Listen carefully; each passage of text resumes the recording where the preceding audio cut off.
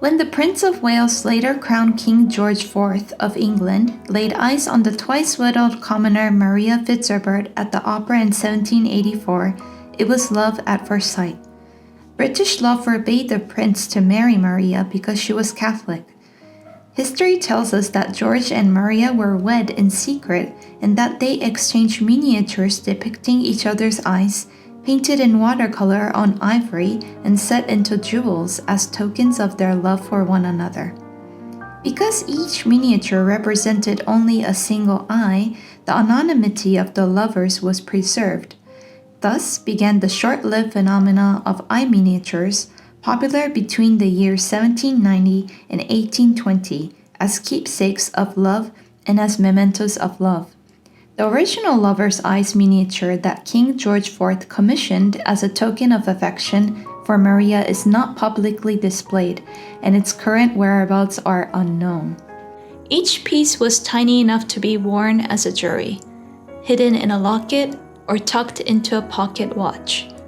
The aristocracy embraced this trend, exchanging these intimate tokens as symbols of their secret affections.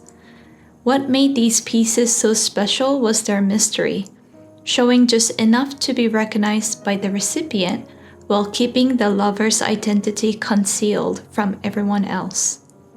Inspired by this beautiful tradition, I create modern lover's eyes in watercolor. Today, I'll share a glimpse of my process from the first wash over the sketch to the final framing.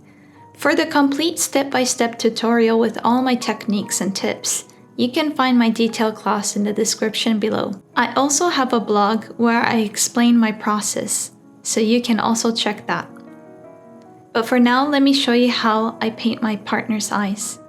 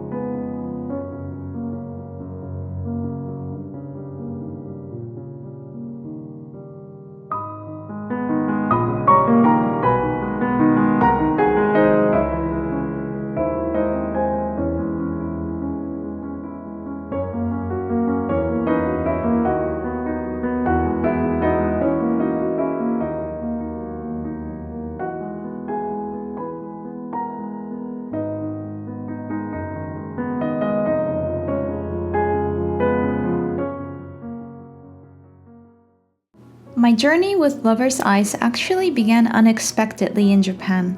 I found this beautiful square watercolor paper that just felt perfect to paint an eye. You see, I absolutely love painting eyes. They're my favorite part of any portrait. That's why I focus solely on portraits in my art. I find landscapes and still life beautiful, but there's something so captivating about eyes. They tell stories, show emotions, and really are the windows to our soul. Each person's eyes are uniquely theirs, and capturing that uniqueness in watercolor is what drives my passion as an artist.